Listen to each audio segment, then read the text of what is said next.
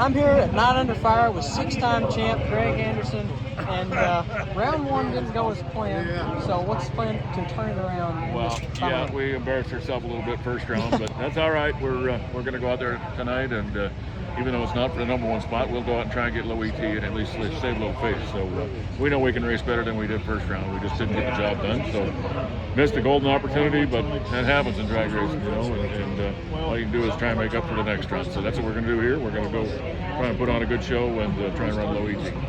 And I hear you talk about it every week. I'm not trying to pick on you, but you all the time say you're the old guy and all these young guys. Well, you've been kind of laying it into these young guys this year. What's it like to have a rivalry with your teammate Dallas to be top 1 and 2 all year? Yeah, he's a handful. He's absolutely a handful, and he's got great equipment. He's got every bit as good equipment as I have, and he drives the wheels off of that damn thing. So he's hard to beat. He's hard to get around.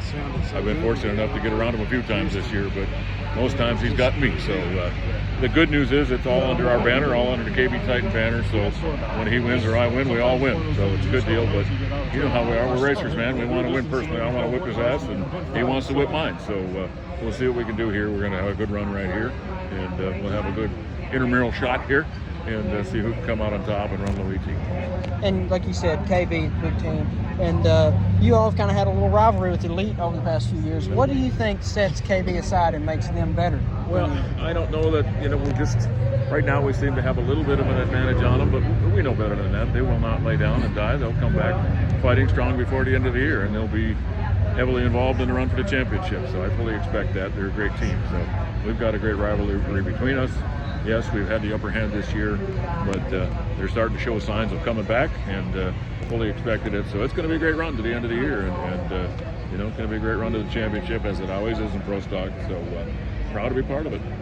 And you've driven in Pro Stock for a long time. How has the cars changed from when you first got into it until now? Well, they've gotten faster. You know, they're a little bit faster. They're more technical to drive. When I first started driving them, we didn't have a rev limiter. We didn't have a ceiling that we had to stay under. Now we're at 10.5. We've got a hard limiter at 10.5, and you got to get the car to as close to 10.5 as you can get without going over it. Because when you do, it slows the car down. It hits the chip, slows the car down. You shift too early, it slows the car down. We didn't worry about that back in the day. Just run it as high as it wanted to go, and didn't worry about that. So they're a lot more technical to drive now. The cars themselves are not overly extremely difficult to drive, but they're really, really, really hard to drive right, to drive perfectly. They're a finesse deal, they're a technical deal to drive, and that's what I love about them. They're a challenge every time you get in the car, and you feel like you never do a perfect job, to be honest with you. So you're always striving to do better. Every run down the racetrack, you're trying to do better shifting, you're trying to do better steering, you're trying to cut a better light, and it's a constant challenge. So that's what I love about Pro Stock. One more question. What is your favorite memory, if you had to pick one, of all the years of Pro Stock? I've had a lot of them, and it's hard to say. Honestly, probably because of my age, I don't have a great clear memory of everything that's happened in the past, but I can sure remember about 4 or 5 months ago when Dallas and I raced for all the marbles at the last race at Pomona. Last run of the day, last run of the season, for everything, for the championship, and I came out on top by the still slimmest of margins, but it's like they say, it's an inch is as good as a mile, and that was that day, and I ended up being champion. So right now, that's my favorite memory. I'm sure there's others in the past that'll rival that or come close to it or even beat it, but with the weak memory I have, I'm going to remember that one right now, and I'm going to go with that one. Well, thank you so much. You're really welcome. Appreciate Very it. welcome. Good luck tonight. Thank you. Take two. As we said, it sucks when there's a 45-minute oil down delay, but the fun part is you get to walk around, and I'm here with my great friend Dave Richards here. It's your first ever time at Night Under Fire, and we talked a little bit earlier. You've been working your way up all day, getting better and better each run. What's the plan to kick Dan's butt here in the next run? Yeah, I mean, if it makes it all the way, it should be really fast. You know, it's getting later and later, and I just hope that the weather cooperates and doesn't get, like, the dew point doesn't get too low or it makes the track slick, and now we got an oil down, so who knows if that changes anything with the lanes, but plan on going really fast tonight, and I think if it does what it's supposed to, it'll be a career best speed and ET for me, but I don't know. So, we'll see. So here's a question I was going to ask. You really had everything down at Bristol. It was hot, and the track really plays it evens the playing field. You know, when it's hot, it's not hot. It's perfect conditions to go fast. Are y'all working on that tune-up to be able to run 380s, mid 380s? Yeah, that's our goal. That's our plan, and that's what we've been working for all year. It doesn't show it all the time, but we're really close to knocking on the door of, you know, running consistent 90s and creep into the 80s, and obviously that's our goal. And, you know, last year, you really did have to work your way up, and by the end of the year, you're more competitive. And most teams that, you know, struggle, they don't really improve. But with you all, it has been very clear. Every weekend, it seems like you all are getting better and better. How do you plan on building on that to go to the county?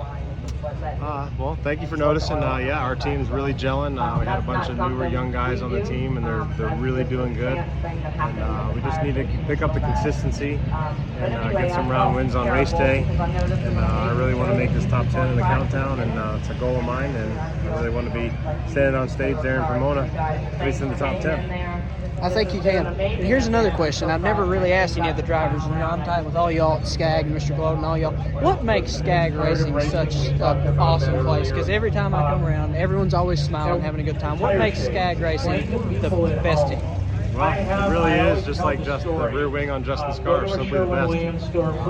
Randy and Maria are great. They're all about teamwork. They want to make sure we all have a good time. They really care about us and each individual guy on the team. And they're just super supportive, and they give us everything we need to go fast and be safe. And really, it's a dream come true being part of this team. Well, you got a race to win, so I'm going to shut up. Let you get in the mood. So, good luck. Go win. Night Under Fire with my friend Josh Hart, and I've said for years, ever since I've been to this event the first time, they are crazy for not having you here because, you know, it's right across the street, there are no carriers. So, what is it like your first ever time to end Night Under Fire?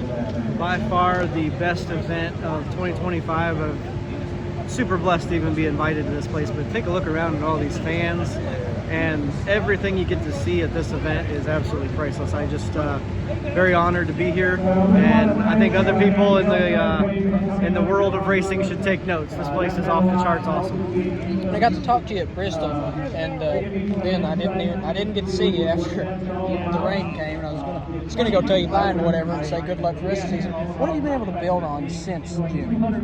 You know, we've got a hot weather tune-up, which is nice. Our cold weather tune-up we had when we left Pomona, so you know, consistency is key, and the team is finally starting to gel together and become a real good unit. So I would say, if anything else, we're getting more and more consistent. And this is a question I was going to ask. It doesn't really have anything to do with the top fuel car, but why weren't you in factory stock at this event? Where were you? Did I just miss it? I was. I just missed it. Okay. Yeah, I think we qualified number 14 or 13, and we went out first round.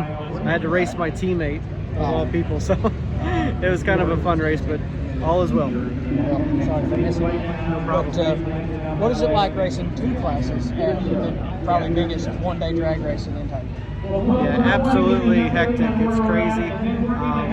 You know, you have to leave one car at the other end, and then you got a shuttle that takes you back to the other car. You jump in, and you know, it's all the opposite. So in the factory showdown car, you leave on your left foot.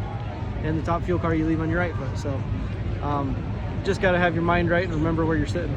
Well, we'll do another interview sometime. Bader just come over the thing and said, get ready, I think. So, Amen. Thank y'all. Josh Hart.